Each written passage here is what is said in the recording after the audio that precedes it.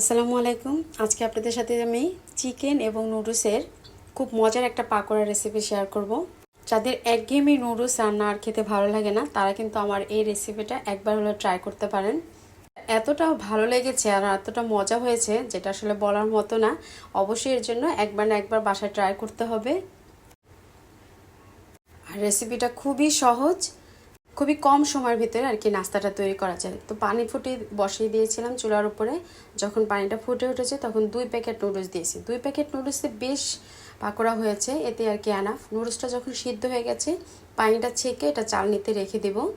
আর একটা বাটির ভিতরে আমি দিয়ে দিচ্ছি পেঁয়াজ কুচি, 2টার মতো পেঁয়াজ কুচি দিয়েছি। স্বাদ অনুযায়ী লবণ দিয়ে পেঁয়াজটা এখন হাত দিয়ে মুথে নিব, এতে করে পেঁয়াজটা একদম নরম হয়ে যাবে। তারপর দিয়ে দিচ্ছি সামান্য রঙের জন্য হলুদের গুঁড়া, ধনিয়ার গুঁড়া, জিরার গুঁড়া। এখানে কিন্তু আমি টালা যে জিরার গুঁড়াটা আমরা সবসময় খাই, সেই টালা জিরার গুঁড়ো আর কি দিয়েছি। আর নুডলসের 1 প্যাকেট মশলা দিয়েছি, তবে আপনারা না চাইলে চাট মশলা দিতে পারেন। দিয়ে দিচ্ছি ধনিয়া পাতা কুচি, কাঁচামরিচ কুচি।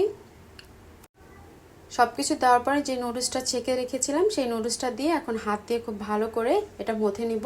আর এখন দিয়ে দিব চিকেনটা। চিকেনের ব্যাপারে একটু বলি। আর 1 পিস চিকেনকে আমি গোলমরিচ গুঁড়া, লবণ আর আদা রসুন বাটা দিয়ে তারপর বয়ল করে নিয়েছি। এই চিকেনটা আমি নুডলসের উপরে দিয়ে দেবো আর ছোট ছোট পিস করে ফেলবো, যাতে সব নুডলসের সাথে লাগে আর এটা খেতেও যাতে ভালো লাগে। সামান্য একটুখানি আদা রসুন বাটা দিয়ে দিব, তারপর দিয়ে দিব লাল মরিচের গুঁড়া। আসলে ঝালটা যার যেরকম পছন্দ সেই অনুযায়ী নিতে পারেন। তারপর দিয়ে দিচ্ছি একটা ডিম ভেঙে এর ভিতরে। এখন হাত দিয়ে খুব ভালো করে এটা মেখে নেব। আর এটা মাখা হয়ে গেলে এটা বাইন্ডিংয়ের জন্য এখানে 2 চামচ কর্নফ্লাওয়ার দিব, তাহলে এটা বেশ সময় ধরে মচমচে থাকবে। আর আরেকটু আঠালো করার জন্য আমি 2 চামচ বেসন এখানে দিয়ে দিব। আপনাদের কাছে বেসন না থাকলে আপনারা চালের গুঁড়াটাও দিতে পারেন, আবার কর্নফ্লাওয়ার না থাকলে সেক্ষেত্রে চালের গুঁড়াটাও দিয়ে পাকোড়াটা তৈরি করা যাবে। তারপর আবারও খুব ভালো করে এটা মিক্স করে নিলাম। আমার আর কোনো পানি কিংবা বেসনের প্রয়োজন হয়নি। আপনাদের যদি লাগে সেক্ষেত্রে একটুখানি বেসন এখানে দিয়ে দিতে পারেন। ব্যাস, আমার এটা কিন্তু ব্যাটারটা রেডি হয়ে গেছে। যে কোনো ধরনের শেপ আপনি এখন দিতে পারবেন। এখন আমি চুলার উপরে তেল বসিয়ে দিয়েছি। তেলটা যখন গরম হয়ে এসেছে তখন একটা একটা করে হাতে বানিয়ে বানিয়ে আমি নুডলসের পাকোড়াগুলো তেলের ভিতরে দিয়ে দিলাম। যদি রেসিপিটি ভালো লাগে প্লিজ রিকোয়েস্ট থাকলো আমার চ্যানেলটি সাবস্ক্রাইব করার।